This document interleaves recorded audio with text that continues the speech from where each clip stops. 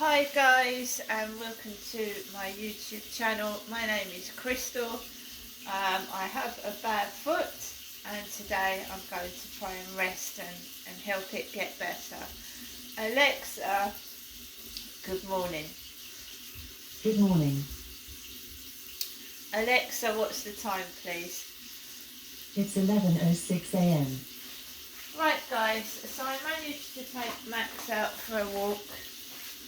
Fortunately, we had a lift in this building, so I took the lift from the first floor to the ground floor and threw my rubbish out and took Max for a walk. Right, that's what I did this morning.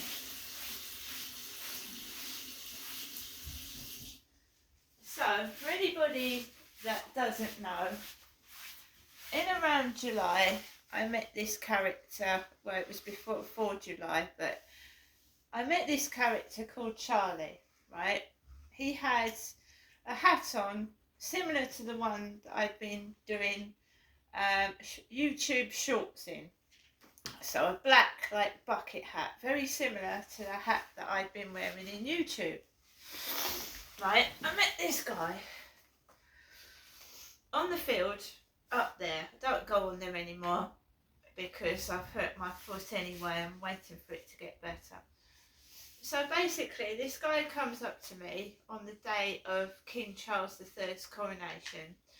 I'd seen him on the field before and his dog used to stalk my dog. He used to let his dog off. It used to run near Max and then jump away, then go there and jump there, and he left me alone.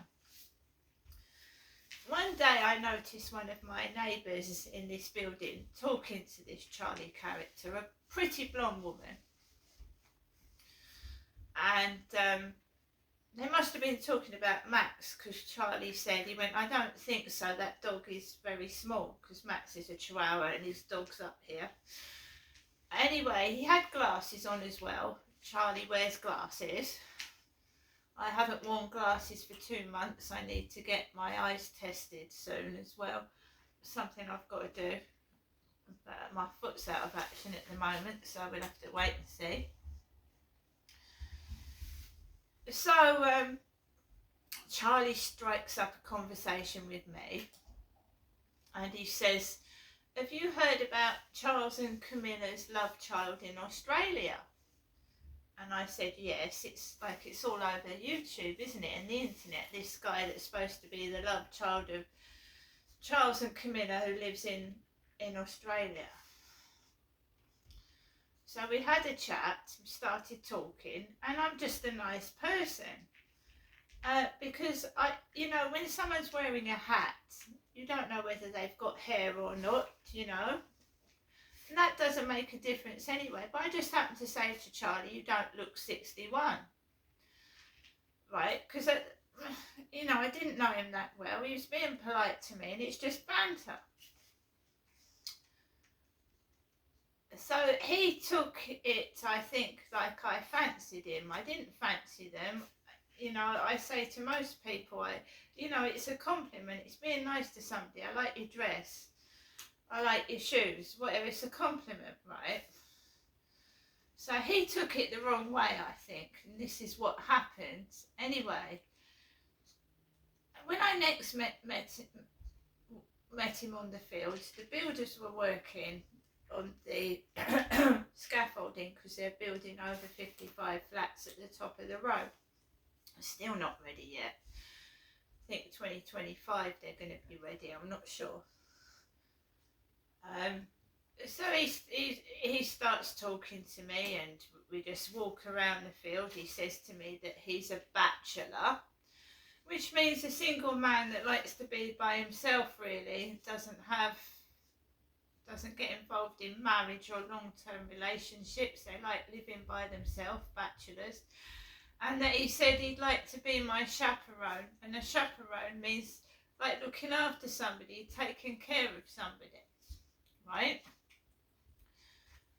Believe you me, there's some con artists and tricksters out there, male and female, and you've got to be careful. And I was too soft, too silly, and I blame a lot of it on myself, although he shouldn't have done what he did, right? So he said to me, he told me about his girlfriend at his address. He said she's not with me, she's not my girlfriend. And I said, okay. And he took me round to his flat. And there was this large lady with long dark hair, about in her 60s, and she was wearing these funny glasses. They had all like flowers over the top of them, white. And she sounded intelligent. She obviously had had a decent job. She had antiques in her flat. She'd been abroad. We had a chat, but I felt like she wasn't taking what I was saying as the truth, like she didn't believe me. And when I said I'd gone through what I'd gone through, she'd gone through worse. She'd been abused by doctors, she said, and all sorts of things. But I don't know whether it was true or not. So I talked to her, and they had separate bedrooms. So Charlie's girlfriend had her own bedroom. He had his own bedroom. They obviously weren't sleeping together. And Charlie called me to his bedroom to show me his microphone and his keyboard. And sometimes there'd be workmen outside laughing out of Charlie's bedroom window. I didn't want to go into his bedroom.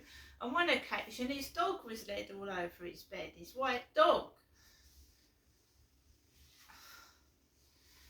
So Charlie's girlfriend said, would you like to walk, because my name's Crystal home. So I thought I'd found a friend. He said he was a bachelor, he wasn't interested in anything else. So we went around the field together. I'd had a cup of Earl Grey tea round there. Charlie had specifically spoken about drugs as well. He kept talking about drugs, people were drug dealers. So I had a cup of Earl Grey tea. He went onto the field and I felt dizzy and unsteady on my feet. So I asked Charlie to walk around the field with me, because I needed to walk Max anyway. So we got past where the builders were working, and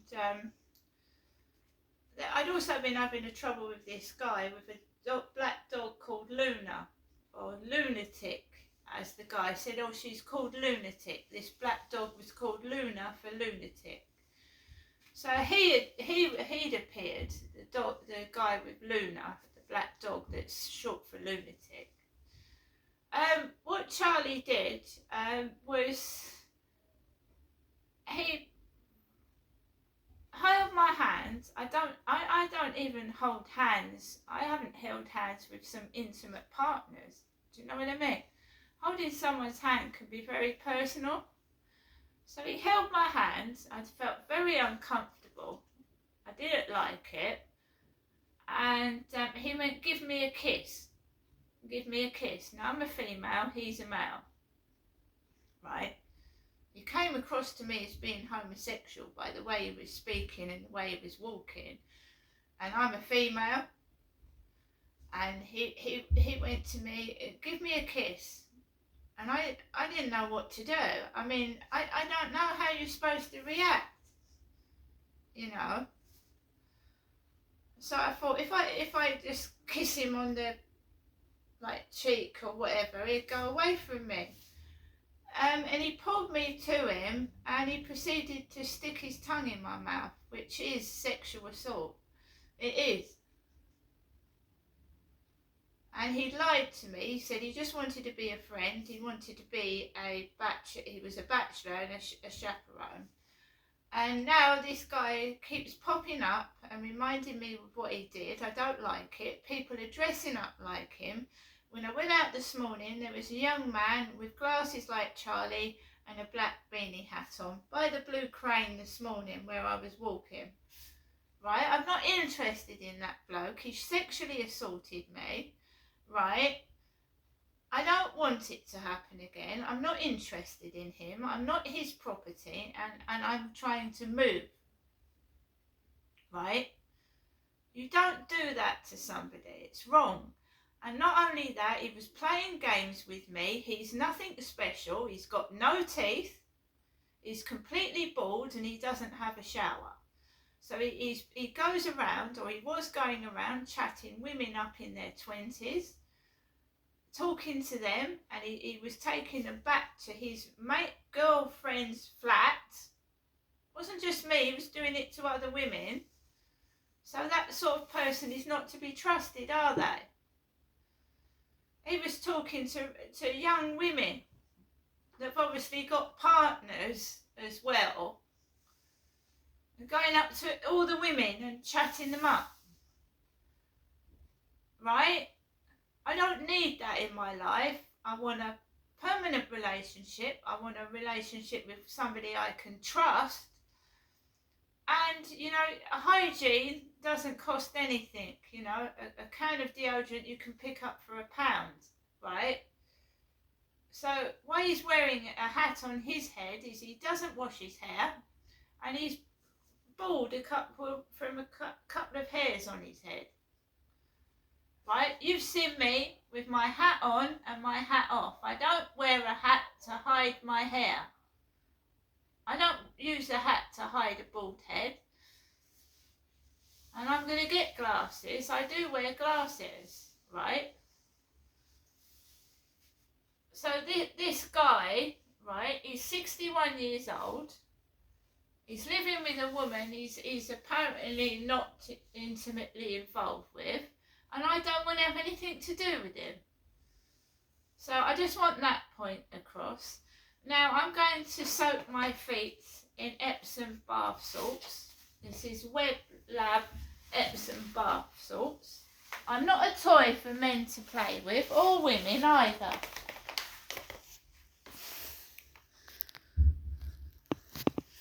So we're going to put some hot water in a bowl and add these Epsom salts and soak my feet.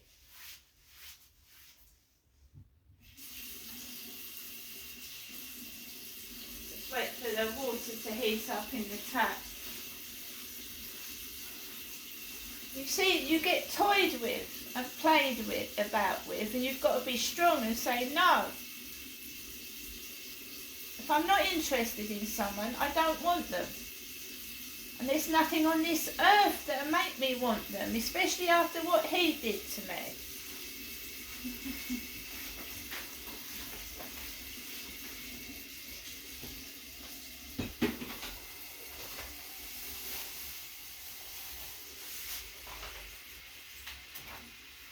And another thing, why some men and women feel the need to spike drinks, spike them, so they make somebody more susceptible to having sex with them. So they spike your drinks. They know if you weren't drugged, you wouldn't sleep with them in a million years. That's why they do it. That's why they do it. Spike your drinks. Because they know you wouldn't sleep with them in a million years. So they have to drug you to sleep with you.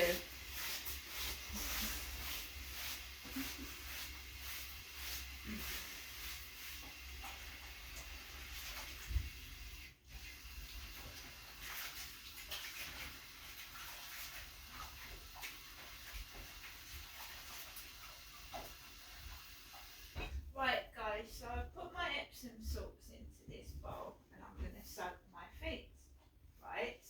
I'm not interested in mucking around, right?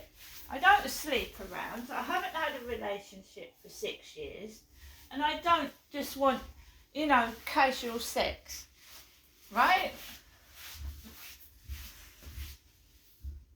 So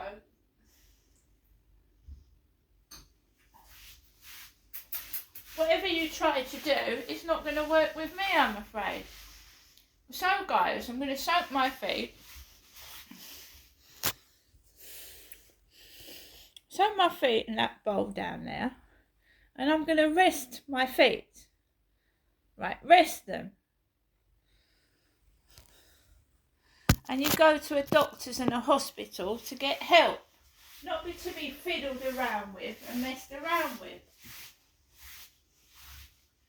A breast scan is a breast scan. You You don't want someone touchy-feely with your breasts and making comments on the size of your breasts, do you? Because I find it very strange when I went to the Medway Maritime Hospital many years ago for an ECG, and all the nurses were made up to the nines, green eyeshadow, big earrings, and they, you just do an ECG. What's all this? You've got pendulous breasts. It's like they were filming a porn movie. Why do you need to comment on someone's breasts while they're having an ECG? It's all fake, you see. And I'm not, my dad said he didn't want to be mucked about with anymore, sticking things up people's bottoms, supposedly doing bowel cancer tests and all things like that. He'd had enough of it, right? And I don't want to be fiddled with either anymore.